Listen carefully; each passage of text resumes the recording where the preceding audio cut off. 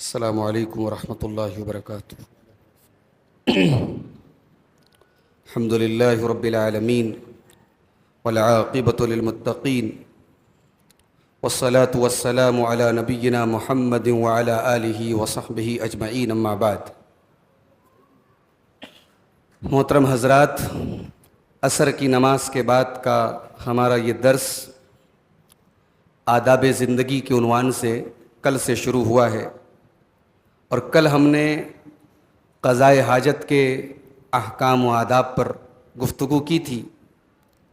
آج ہم وضو کے تعلق سے شریعت کے کیا احکام اور آداب ہیں اس پر ہم انشاءاللہ بات کریں گے۔ آپ جانتے ہیں کہ اسلام میں نماز کے لیے انسان کا پاک ہونا شرط ہے، اور وہ پاکی اگر انسان جنوبی ہے تو غسل کے ذریعے ہوگی، اور اگر انسان وضو کی حالت میں نہیں ہے تو وضو کے ذریعے ہوگی۔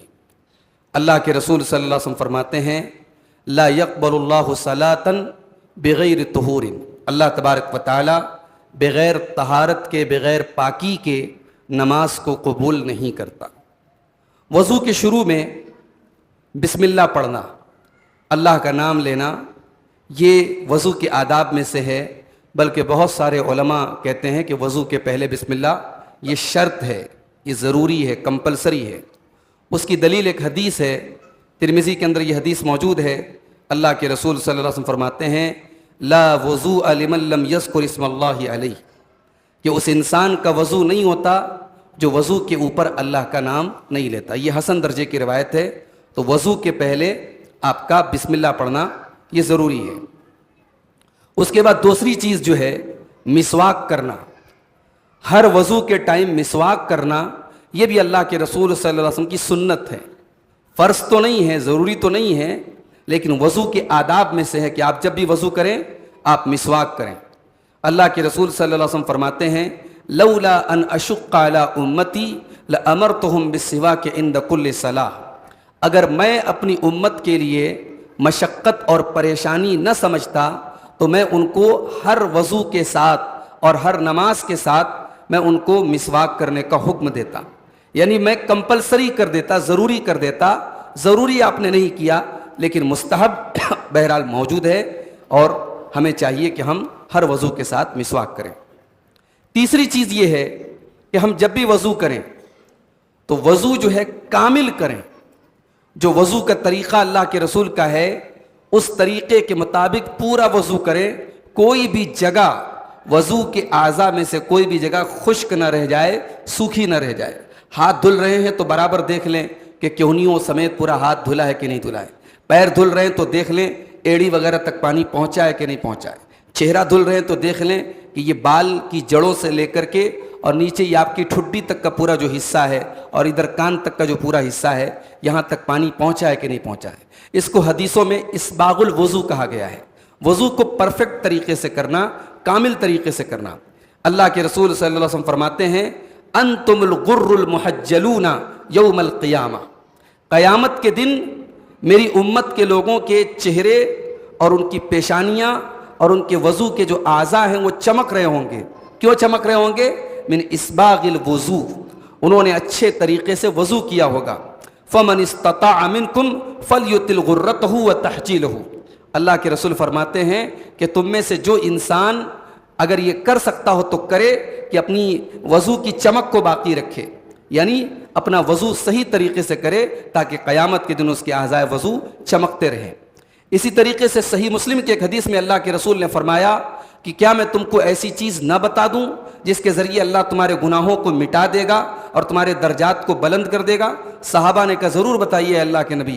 آپ نے فرمایا اسباغ الوضوء علی المکاری، ناپسندیدہ ہونے کے باوجود وضو کامل کرنا۔ سردی کا موسم ہے، پانی ٹھنڈا ہے، گرمی کا موسم ہے، پانی گرم ہے، پھر بھی آپ وضو کامل کریں، پورا وضو کریں، وضو کے سلسلے میں کوئی کوتاہی نہ کریں۔ تو یہ عمل اللہ تعالیٰ کو اتنا پسند ہے کہ اس سے گناہ معاف ہوتے ہیں اور درجے بلند ہوتے ہیں۔ وَكَثْرَةُ الْخُطَىٰ إِلَى الْمَسَاجِدِ، اور مسجد کی طرف زیادہ قدم چل کے جانا، مسجد کی طرف جتنا آپ چل کے جائیں گے اتنا آپ کو ثواب ملے گا۔ وانتظار الصلاۃ بعد الصلاۃ، اور ایک نماز کے بعد دوسرے نماز کا انتظار کرنا، یہ 3 کام ایسے ہیں جن کی وجہ سے اللہ تعالیٰ کیا گناہوں کی معافی ہوتی ہے۔ لیکن یہ بات یاد رہے کہ وضو ہمیں صحیح کرنا ہے، کامل کرنا ہے، مگر وضو میں پانی بے تحاشا نہیں خرچ کرنا ہے۔ بعض لوگ چونکہ اب تو نل کا انتظام، ہم ہر مسجد میں نل کا انتظام ہے، نل کھول لیا انہوں نے، ٹوٹی کھول لی اور پانی بے تحاشا بہائے چلے جا رہے ہیں۔ اس سے اللہ کے رسول صلی اللہ علیہ وسلم نے منع کیا ہے۔ آپ نے فرمایا انہ سیکون فی ہذہ الامۃ قوم یعتدون فی الطہور والدعاء، میری امت میں آگے چل کر کے ایسے لوگ آئیں گے جو وضو کے سلسلے میں اور دعا کے سلسلے میں حد سے تجاوز کریں گے، جو شریعت کی لمٹ ہے لمٹ کو کراس کریں گے۔ تو وضو میں پانی کا بے انتہا استعمال نہیں کرنا، جو ضرورت بھر کا پانی وہ استعمال کریں، اور دعا میں کوئی ناجائز چیز، کوئی غلط چیز آپ نہ مانگیں، یہ دعا میں حد سے تجاوز ہے۔ وضو میں جب آپ کلی کریں تو ایک ہی چلو پانی میں کلی بھی کریں اور باقی بچے ہوئے پانی کو ناک میں کھینچ لیں، یہ بھی اللہ کے رسول صلی اللہ علیہ وسلم کی سنت ہے۔ حضرت عبداللہ ابن زید ابن عاصم انصاری کہتے ہیں، اللہ کے رسول کا وضو کا طریقہ بتاتے ہوئے، یہ بخاری اور مسلم کی روایت ہے کہ آپ نے اپنے ہاتھ میں پانی ڈالا اور کلی کی، اور ایک ہی چلو سے آپ نے کلی بھی کی اور ناک میں پانی آپ نے کھینچا۔ اسی طریقے سے وضو کے دوران اپنے ہاتھ اور پیر کی انگلیوں میں خلال کیا جائے، یعنی پانی کو اپنے انگلیوں کے بیچ میں بھی پہنچایا جائے، اس کو خلال کرنا کہتے ہیں۔ اللہ کے رسول صلی اللہ علیہ وسلم فرمایا اذا توضأت فخلل الاصابع، جب تم وضو کرو تو اپنی انگلیوں کا خلال کر لو۔ اسی طریقے سے ناک میں پانی جب کھینچا جائے تو مبالغہ کیا جائے، اچھی طریقے سے کھینچا جائے، ہاں روزے کی حالت میں ایسا نہ کیا جائے، یعنی مبالغہ بہت زیادہ روزے کی حالت میں آپ کھینچیں گے تو ڈر ہے اس بات کا کہ پانی آپ کا اندر جا سکتا ہے۔ باقی نارمل دنوں میں آپ جب بھی ناک میں پانی کھینچے تو اچھے طریقے سے کھینچے۔ اللہ کے رسول صلی اللہ علیہ وسلم فرمایا، یہ ترمذی کی روایت ہے، آپ نے فرمایا وبالغ فی الاستنشاق، ناک میں پانی کھینچنے میں مبالغہ کرو، یعنی اچھے طریقے سے کھینچو۔ اگر آپ کو داڑھی ہے، بھرپور داڑھی، تو داڑھی کا بھی خلال کرنا ہے، یعنی پانی ایک چلو لے کر کے ٹھڈی کے نیچے لگانا ہے اور داڑھی کو اچھی طریقے سے انگلیوں کے ذریعے خلال کرنا ہے تاکہ داڑھی کے اندر پانی چلا جائے۔ ابو داؤد کے اندر صحیح حدیث ہے کہ اللہ کے رسول صلی اللہ علیہ وسلم جب وضو کرتے تھے اخذ کفا من ماء، تو ایک چلو پانی لیتے تھے، فادخلہ تحت حنکہ، اور اپنی تھوڑی کے نیچے پانی کو ڈالتے تھے، اور فخلل بہ لحیتہ، اور اس سے اپنی داڑھی کا آپ خلال کرتے تھے، اور آپ نے فرمایا کہ یہی میرے رب کا حکم ہے۔ وضو کی حفاظت کی جائے، کیا مطلب؟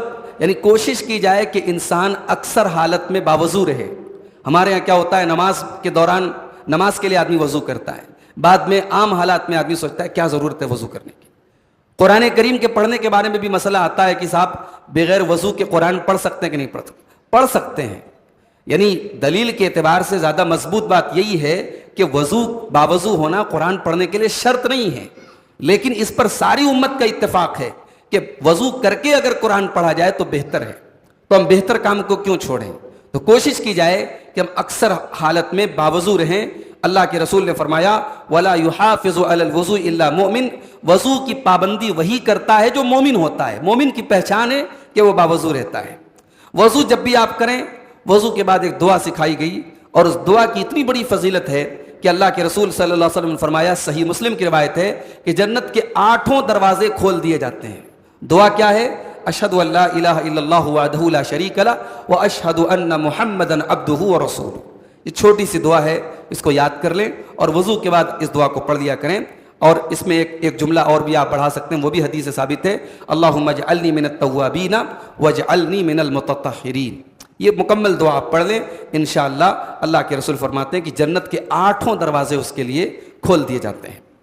وضو آپ جب بھی بنائیں، وضو جب بھی کریں، اگر موقع ہو، گنجائش ہو تو 2 رکعت نماز آپ ضرور پڑھ لیں، جس کو ہم تحیۃ الوضو کہتے ہیں۔ اللہ کے رسول صلی اللہ علیہ وسلم نے حضرت بلال سے کہا کہ اے بلال، مجھے یہ بتاؤ کہ اسلام لانے کے بعد سب سے زیادہ ایسا کون سا عمل ہے جس سے تمہیں سب سے زیادہ امید ہے، کیونکہ میں نے اپنے آگے جنت میں تمہارے قدموں کی آہٹ کی آواز سنی ہے۔ یہ بخاری اور مسلم کی روایت ہے۔ تو حضرت بلال نے کہا کہ اے اللہ کے رسول، مجھے اپنا کوئی ایسا عمل معلوم نہیں ہے جس کی مجھے بہت زیادہ امید ہو، سوائے اس کے کہ جب بھی میں رات اور دن میں جب بھی میں وضو کرتا ہوں الا صلیت بذلک الطہور ما کتب لی ان اصلی، تو جتنی نماز اللہ تعالیٰ مجھے توفیق دیتا ہے اتنی نماز میں پڑھ، یعنی کم سے کم تو 2 رکعت نماز آدمی پڑھے تحیۃ الوضو. یہ حضرت بلال کو جو مقام ملا اس کی ایک وجہ یہ تھی. تو یہ کوشش آپ کریں کہ جب بھی آپ وضو کریں تو اس کے بعد آپ 2 رکعت نماز پڑھیں. تو یہ وضو کے تعلق سے چند احکام ہیں، اور وضو جن چیزوں سے ٹوٹ جاتا ہے اور کون سی ایسی چیزیں ہیں جو وضو کی شان کے منافی ہیں، اس پر انشاءاللہ ہم کل بات کریں گے. اللہ تعالیٰ سے دعا ہے رب العالمین ہمیں تمام معاملات میں کتاب و سنت کی پیروی کرنے کی توفیق عطا فرمائے. آمین. وآخر دعوانا الحمد للہ رب العالمین. والسلام علیکم ورحمۃ اللہ وبرکاتہ.